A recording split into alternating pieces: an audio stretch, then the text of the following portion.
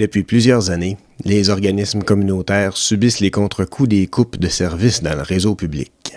Il s'agit de ce que nous appelons le phénomène de déversoir. Les services normalement offerts par les centres de santé et services sociaux sont inaccessibles et des personnes en situation d'urgence ou de grande détresse frappent à nos portes. Cette année, le ROC a décidé de mobiliser ses membres pour rendre visibles les impacts de ces coupes sur les organismes. Ce soir, 5 novembre 2014, nous nous présentons à la réunion du CA de notre agence régionale pour une deuxième fois cet automne. Depuis une première prise de parole le 24 septembre dernier, nous avons appris que l'agence fusionnerait avec 12 autres établissements de la région dans la foulée du projet de loi 10 du ministre Barrette. Cette restructuration à venir imposera encore de nouvelles coupes. En plus de demander au CA de l'agence de reconduire leur cadre de financement avant la fusion, le ROC et ses membres sont ici ce soir pour entendre le témoignage de 2 coordonnatrices d'organismes en santé mentale. Commençons avec Nancy Ponton de L'Envolée. Alors nous, à L'Envolée, on est une ressource en santé mentale qui reçoit des gens quotidiennement. On est ouvert du lundi au vendredi, donc on a 70 participants qui viennent environ par année, qui viennent recevoir des services pour 4 intervenants.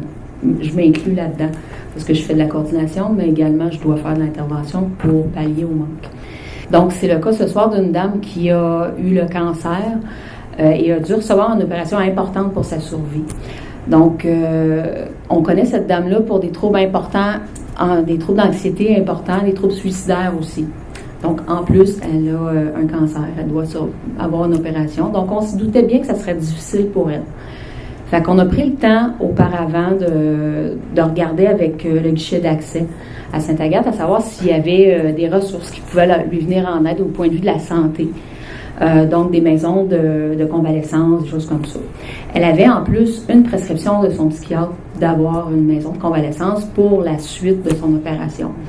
Alors, le guichet d'accès nous a bien avisé de ne pas s'inquiéter parce que si c'était référé par le médecin, elle aurait des soins, soit à domicile ou une maison de convalescence ou quoi que ce soit. C'était dans le plan.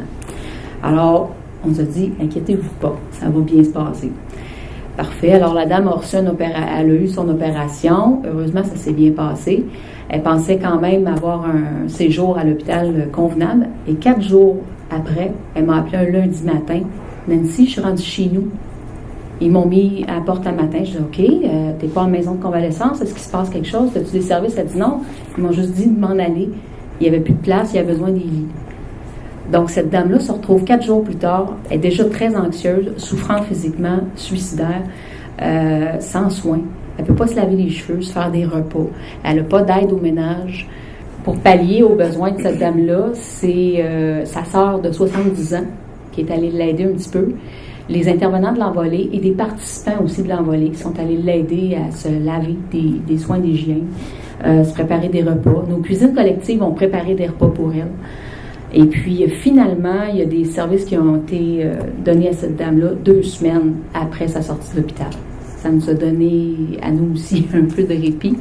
Parce que je vous dirais que d'envoyer une intervenante spécifiquement pour une personne, quand on est déjà seulement 4 dans l'équipe, ça nous essouffle énormément. Heureusement, aujourd'hui, elle va bien. Mais c'est pas la dernière fois qu'on va connaître ça. C'est quelque chose qu'on connaît régulièrement.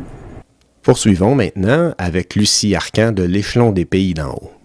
Je me présente, Lucie Arcan, je suis coordonnatrice à l'Échelon des Pays d'en haut. C'est un centre de jour, pareil comme L'Envolée, mais situé à Piémont, dans la MRC des Pays d'en haut. On accueille des personnes qui ont des problèmes de santé mentale. Dans la dernière année, on a remarqué à l'Échelon, au quotidien, une augmentation de fréquentation de la clientèle de 18%. Ce qui signifie que, juste comme exemple, je vais vous mentionner la dernière année, en 2013, on a accueilli 26 nouvelles personnes à l'Échelon. Cette année, en 2014, on est déjà rendu à 32 personnes, puis il nous reste encore 2 mois d'opération.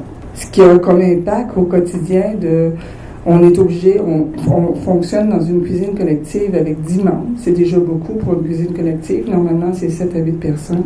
Puis on a une liste d'attente. Là, on se pose des questions à savoir si ça continue à augmenter comme ça, comment on va gérer, parce qu'on ne pourra plus accueillir, là, ça dépasse nos limites. En plus d'avoir beaucoup de monde dans la ressource, des fois, il y a des situations plus difficiles qui débordent. Ça déborde chez nous. Je vais vous conter un exemple. qui s'est passé il y a un petit peu plus d'un mois. Un matin, on rentre au bureau, on a un téléphone, c'est la Sûreté du Québec qui nous appelle. Elle est mal pris. Il y a un homme qui est un petit peu désorganisé dans un motel à Sainte-Adèle. La personne qui est désorganisée elle souffre de schizophrénie. Elle n'est pas violente pour elle-même, ni en danger pour d'autres personnes, sauf qu'elle est très désorganisée, puis ils ne savent pas quoi faire avec. Ils font appel à nous. En nous nommant la personne, on connaît bien la personne, on connaît bien sa famille, ça fait qu'on décide de se déplacer. On part d'eux, puis on s'en va au motel. On intervient, parce que les autres sont un petit peu mal pris avec les problèmes de santé mentale, on le voit, hein, les policiers, ils sont pas nécessairement toujours outillés. Fait que là, on intervient, on essaie d'emmener naturellement la personne à l'hôpital. Elle veut pas. Ça fait que c'est correct. On finit par trouver des arrangements avec la personne pour l'amener, la faire venir à l'échelon pour qu'elle aille dans sa famille, passer la journée. La personne, vraiment, elle a des hallucinations. Elle s'imagine qu'il y a des personnes emmurées au plafond, tout ça.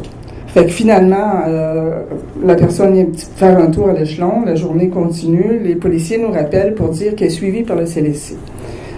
Finalement, je réussis à parler à quelqu'un au CLSC de Sainte-Agathe. Ils nous disent, moi, je ne peux pas intervenir, je ne le connais pas, on va en parler en équipe après-midi, peut-être qu'on va se rendre. Pendant ce temps-là, la personne est chez nous. C'est du 1 à 1. Puis là, il y a une douzaine de personnes avec l'autre intervenant qui fait les activités du quotidien. C'est un petit peu lourd, tout ça. Là, ça désorganisait les policiers, le motel, la famille, puis nous autres. Suite à ces 2 témoignages, nous apprenions que l'agence refusait de reconduire notre cadre de financement.